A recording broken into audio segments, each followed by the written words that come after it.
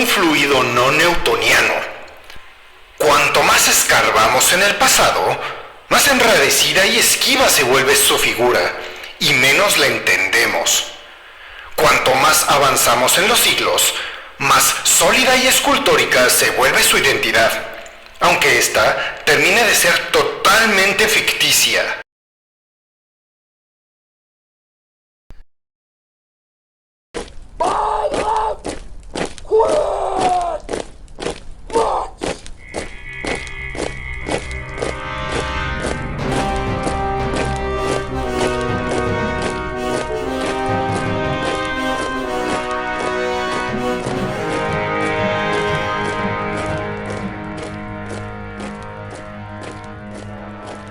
Spartans! What is your profession?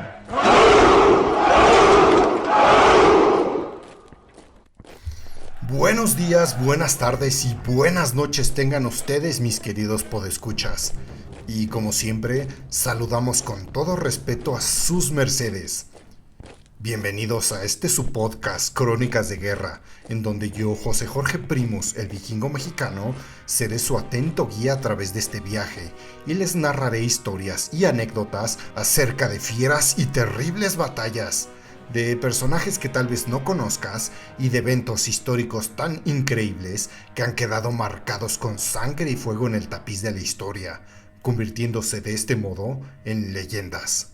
Y como siempre, pues en esta época de la cultura de la cancelación uno nunca sabe, cabe destacar que en este podcast no glorificamos la guerra ni apoyamos a ningún bando, sino que nuestra tarea es la de realzar el valor, el heroísmo y los gestos extraordinarios de cualquier hombre o mujer que fueron obligados a ensuciarse las manos en una guerra que ellos jamás escogieron.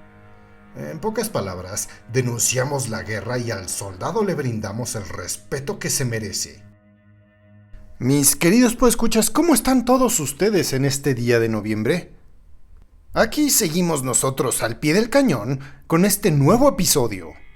Porque a nosotros ya nos gustó eso de hablar de misterios, pero en esta ocasión el misterio no es terrible, ni francamente aterrador. En esta ocasión hablaremos de una figura mítica, de una figura legendaria, una figura que está grabada en los corazones de chicos y grandes, de ingleses y escoceses, de españoles y franceses, e inclusive de habitantes de toda Latinoamérica, o Hispanoamérica, como bien debería decir. El día de hoy hablaremos de los orígenes de la leyenda del Rey Arturo. Ese que Hollywood no sabe bien si vivió en la Edad Media, en la antigua Roma, o pues en los años entre la caída del Imperio Romano y antes de que iniciara plenamente la Edad Media. Pero bueno, ya me callo y nos metemos de una vez en el episodio que estás escuchando, tu podcast favorito de historia, Crónicas de Guerra.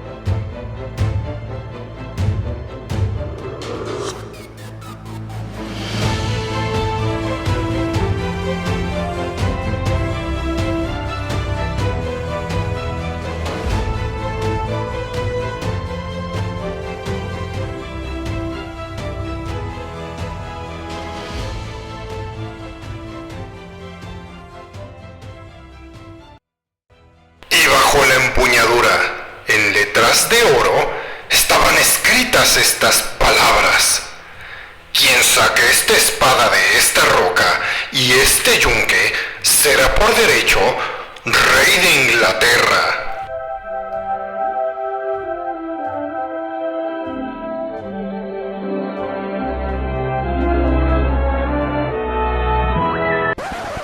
Y con esta legendaria frase empezaba en el lejano 1963 la leyenda de la espada en la piedra, la película de Disney que puso el enésimo ladrillo en aquella gran construcción que es el mito del Rey Arturo.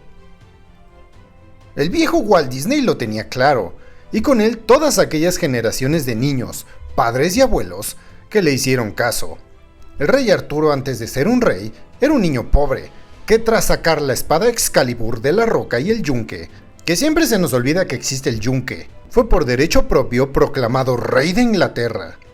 Pero ya sabemos cómo son las películas de Walt Disney, porque nada de esto fue verdad.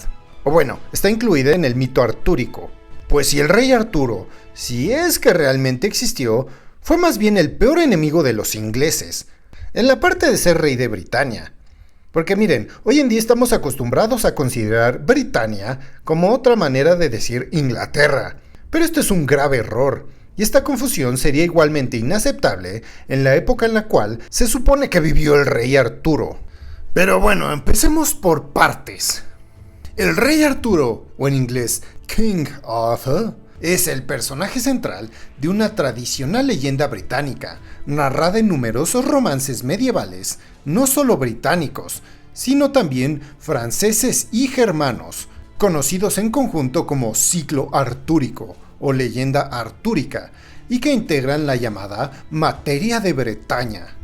Según las versiones más completas, el rey Arturo fue un rey británico ejemplar que gobernó virtuosamente desde su castillo de Camelot y lideró una hermandad conocida como los Caballeros de la Mesa Redonda, hasta que trágicamente murió a manos de su hijo y fue llevado a la isla de Avalon. El rey Arturo finalmente es un personaje de ficción con un posible origen celta, mencionado en relatos y poemas épicos, posteriores a la retirada romana de Britania, por allá del año 410 después de Cristo, y la caída del Imperio Romano de Occidente, por ahí del año 476 después de Cristo. La leyenda artúrica, tal y como la conocemos el día de hoy, comenzó a tomar forma en los siglos 7 y 8 después de Cristo, a partir de obras como Historia de los Reyes de Britania, del año 1136, de Godofredo de Monmouth, y Lancelot, el Caballero de la Carreta, escrita entre los años 1176 y 1181, de Chrétien de Troyes. En esta época, los reyes de Inglaterra promocionaron la imagen del rey Arturo como un modelo de legitimidad para sus propios reinados, como lo hizo cierto presidente con Benito Juárez. De especial importancia fue años más tarde la publicación de la novela La muerte de Arturo, del año 1485, de Thomas Malory, que se convirtió en la versión más completa de toda la leyenda artúrica. Actualmente algunos historiadores argumentan que el legendario rey Arturo pudo estar inspirado más bien en un personaje histórico de la Alta Edad Media, aunque las propuestas varían y no se ha encontrado evidencia concreta que permita corroborar ninguna de las hipótesis.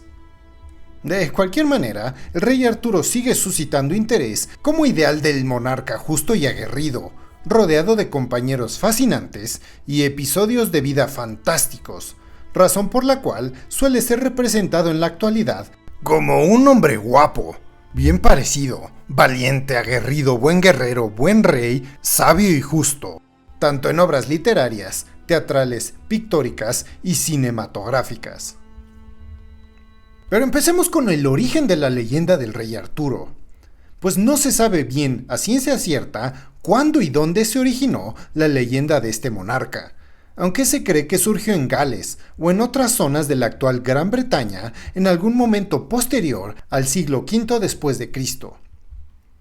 La historia del rey Arturo comenzó a tomar forma a partir de una obra escrita en latín por el clérigo galés Godofredo de Monmouth, titulada Historia Regum Britanniae, o Historia de los Reyes de Britania. Esta crónica de los reyes británicos presentaba como históricos a muchos personajes y episodios legendarios, entre ellos al rey Arturo, que aquí fue presentado como un gran rey. Además, esta obra aportó nuevos elementos míticos o fantásticos que combinaban leyendas celtas con temas cristianos y que fueron conservados o ampliados en versiones posteriores del ciclo artúrico, como la presencia del famosísimo mago Merlín. Otros tantos autores de entre los siglos 7 y 8 incorporaron motivos como el de la espada en el yunque o en la piedra, el castillo del rey en Camelot, la mesa redonda, el romance de Lancelot con Lady Ginebra, esposa y reina del rey Arturo, y la búsqueda del Santo Grial.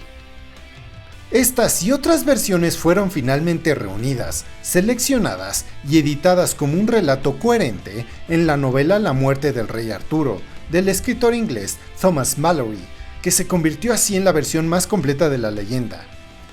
En el siglo XIX, el poeta inglés Alfred Tennyson recuperó la leyenda del rey Arturo en su libro Idilios del Rey y le dio un nuevo impulso que continúa hasta la actualidad. Pero bueno, aquí tenemos poco tiempo y podríamos estar hablando de la leyenda del rey Arturo horas y horas. Y aunque estaría padrísimo, pues no lo haremos. Así que en este tu podcast de historia favorito, Crónicas de Guerra, les resumiremos rápidamente el origen de la leyenda del rey Arturo. ¡Ya empezamos!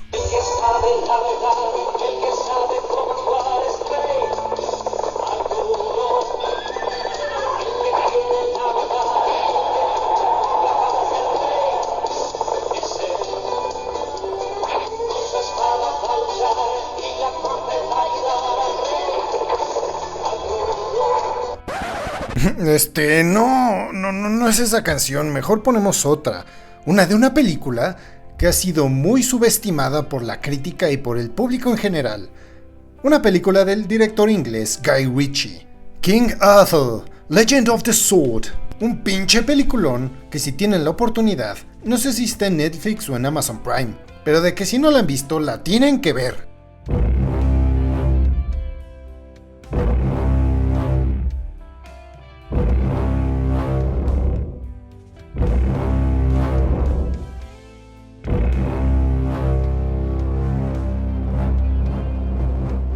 Young men came from hunting, faint and weary. El nacimiento de Arturo y la herencia del trono. Se decía que el rey Uther de Britania estaba enamorado de Igraine, esposa del duque de Cornwalls. Así que con ganas de estar de cariñoso y robarle la mujer a otro, este rey estableció con el hechicero Merlín un pacto por el que el mago le concedió la apariencia del duque, para que pudiera acostarse con la duquesa a cambio de que le entregara el primer hijo que tuviera con ella. Y el niño nacido de este encuentro fue llamado Arturo y fue criado por un caballero de nombre Héctor, sin saber que era el mismísimo hijo del rey. Y los años pasaron, y en los momentos finales del rey Uther, numerosos nobles se disputaban la sucesión al trono, ignorando la existencia de Arturo.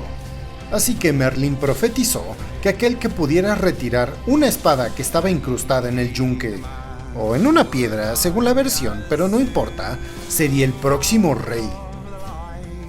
Uno de los relatos más conocidos del imaginario artúrico es la de la espada incrustada en la piedra, que solamente el elegido iba a ser capaz de retirar para coronarse así rey. Como estábamos antes, y como reiteran obras posteriores, el mago Merlín había profetizado que solo el verdadero elegido para ocupar el trono de Britania podía quitar esa espada, por destino y por derecho. Y muchos nobles lo intentaron sin éxito, hasta que Arturo, que en realidad era hijo ilegítimo del rey Uther, logró sacarla, y así fue reconocido como heredero al trono. En muchos relatos, la espada del rey Arturo se rompió en un combate contra un rey enemigo, y entonces el rey Arturo recibió una nueva espada de parte de la Dama del Lago, una entidad misteriosa a la que visitó conducido por el mago Merlín. Esta famosísima y legendaria espada llamada Excalibur provenía de un lugar mágico. En manos de Arturo representaba su poder y legitimidad, y ante su inminente muerte al final del relato, la espada debía ser devuelta al lago, de modo similar a otras tradiciones celtas relacionadas con armas mágicas. La Dama del Lago pedía de nuevo Excalibur, y Arturo se la dio, cumpliendo su palabra. También se decía que el reinado del rey Arturo era tan justo que muchos querían servirle en la corte establecida en el castillo de Camelot. Es por eso que adquirió una mesa redonda, con la intención de que se sentaran junto a él los caballeros más valiosos, con igualdad de opinión sobre todos los asuntos. Originalmente la mesa tenía 12 asientos, pero se fueron incorporando más y más caballeros hasta el punto de sumar más de 300 asientos. ¡Apa, pinche mesota! Además, siempre el rey Arturo podía contar con los consejos sabios del mago Merlín.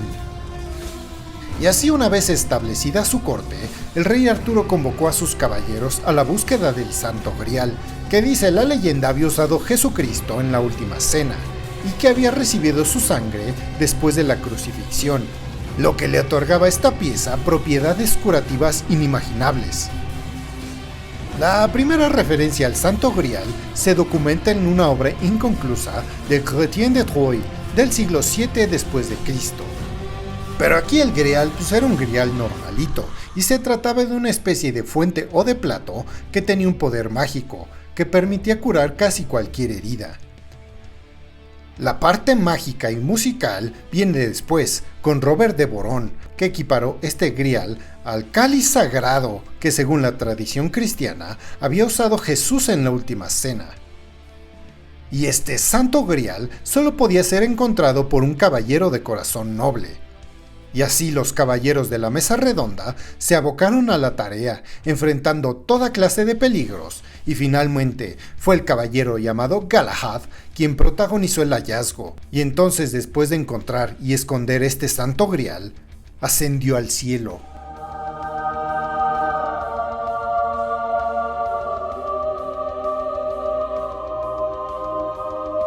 Pero bueno, pasaron los años y el rey Arturo no se iba haciendo más joven, sino, como todos, más viejo.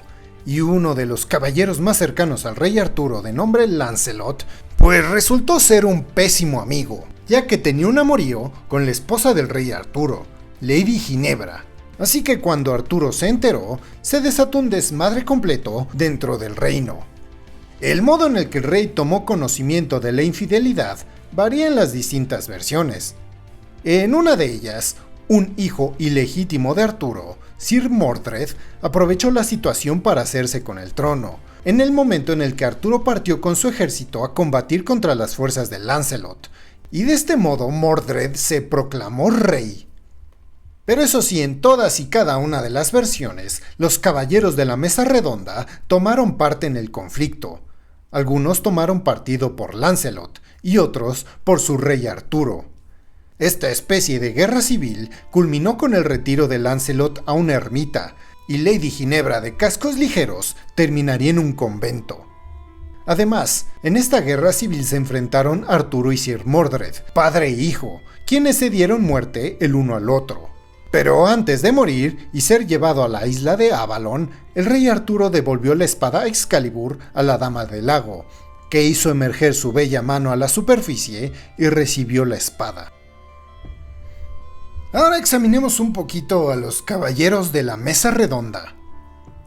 Este concepto de la mesa redonda fue introducida en las leyendas artúricas por el poeta normando Weiss en su obra Roman de Brut del año 1155, y se convirtió rápidamente en uno de los elementos centrales de todas las versiones posteriores.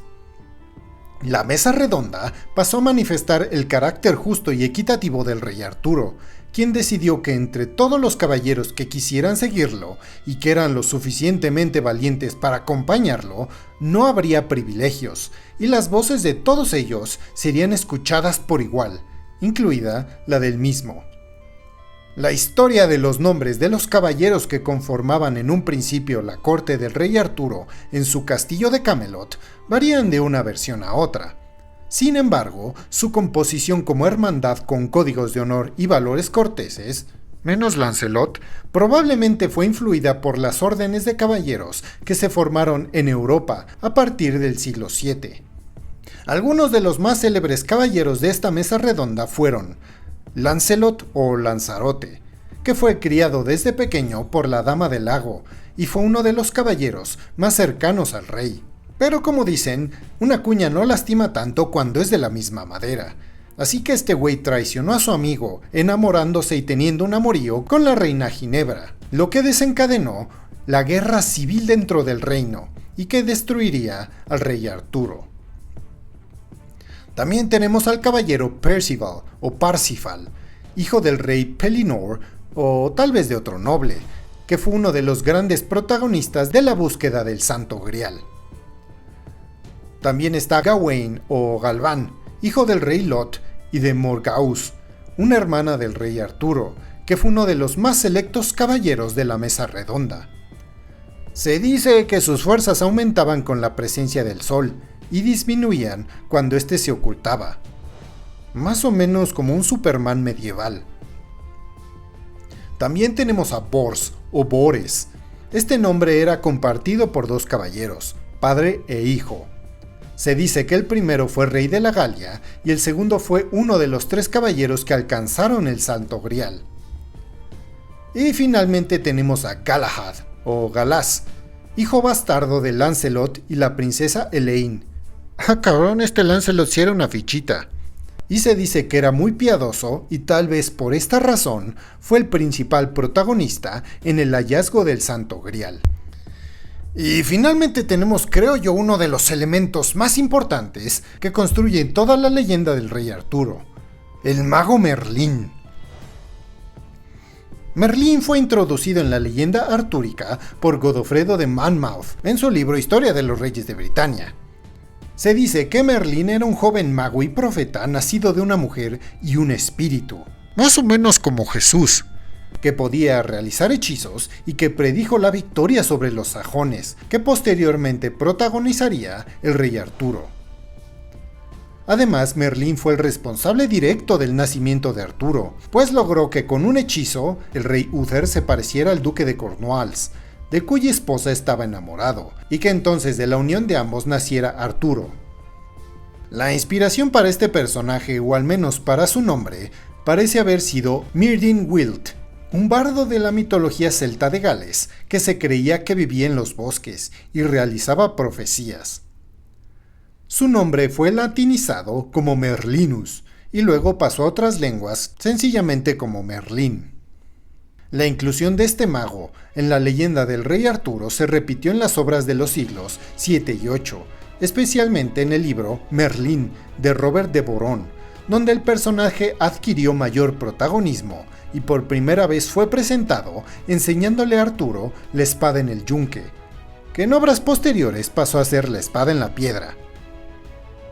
En esta obra, Merlín aparecía fuertemente vinculado a las creencias cristianas, no solo por su nacimiento sobrenatural de una mujer y un espíritu, o en este caso un demonio, y por el hecho de haber abrazado el bien tras ser bautizado, sino porque su historia se entroncó con la búsqueda del Santo Grial. El Merlín definitivo que todos conocemos, o más o menos conocemos, es el que compuso Thomas Malory en La muerte del rey Arturo. Y de aquí en adelante, este profeta, hechicero y confiable consejero del rey Arturo se convirtió en el modelo del mago sabio y poderoso, y en él convergen diversos arquetipos asociados a la magia: el mago ermitaño, el druida, el chamán y el profeta. Pero al final te estarás preguntando, ¿existió realmente el rey Arturo? Pues verás, no existe evidencia histórica concluyente de la existencia de un rey llamado Arturo en la época en la que se supone que vivió, entre los siglos 5 y 6 después de Cristo. Así que tenemos simplemente la conclusión de que Arturo es uno de los personajes legendarios que fue adquiriendo forma a lo largo de los siglos a través de relatos orales, poemas épicos y narraciones en prosa. Sin embargo, hasta el día de hoy, algunos historiadores creen que la figura literaria del rey Arturo pudo haber estado inspirada en un personaje histórico. El legendario rey Arturo fue representado en algunas crónicas medievales como un líder que agrupó militarmente a varios reinos para enfrentar a los sajones salvajes. Entre quienes sostienen que Arturo fue un personaje histórico, algunos acuden a una serie de fuentes escritas anteriores al siglo XIX. En las obras de dos monjes de los siglos 7 y 8 llamados Gildas y Bede, fueron descritas las invasiones sajonas de Britania y la resistencia de un líder britano-romano llamado Ambrosius Aurelianus. Este, además de resultar victorioso, representaba el ideal del buen comandante, por lo que algunos creen que pudo ser el modelo para la posterior creación del rey Arturo. También existen propuestas que lo equiparan a un caudillo britano llamado Owain Dwynhwig, y perdón si masacré ese nombre, pero en verdad no sé cómo pronuncian estas cosas. que reinó en Powys, en Gales, a finales del siglo V y era apodado el Oso. Dado que oso en galés se pronuncia arth y en lengua británica el sufijo gur significa hombre, entonces se propuso que Arthur significaba el hombre oso, y que con el tiempo este término se convirtió en Arthur o Arturo. Lo cierto es que no existen fuentes primarias, es decir, contemporáneas a los hechos, que mencionan directamente a un líder o a un rey llamado Arturo entre los siglos V y VI, y tampoco se encontró evidencia arqueológica que corrobore su existencia, ni tampoco de la Mesa Redonda, ni tampoco del famosísimo castillo de Camelot. Así que, mis queridos podescuchas, ¿realmente existió el rey Arturo? La verdad es que no, pero a mí en lo personal, me gusta imaginar que sí. Y así, mis queridos podescuchas, se termina otro episodio más de Crónicas de Guerra. Y si tú quieres escuchar acerca de una batalla especial o de un personaje que consideres importante, no dudes en contactarnos en nuestras redes sociales. Nos encontrarás tanto en X, anteriormente Twitter e Instagram, como @Crónicas de Guerra solo con la D. Y ya también tenemos canal de TikTok, para que nos sigan como @Crónicas de Guerra. Y sin más, les damos gracias a todos ustedes. Nos vemos la próxima semana, que este es tu podcast de historia favorito. Crónicas de Guerra.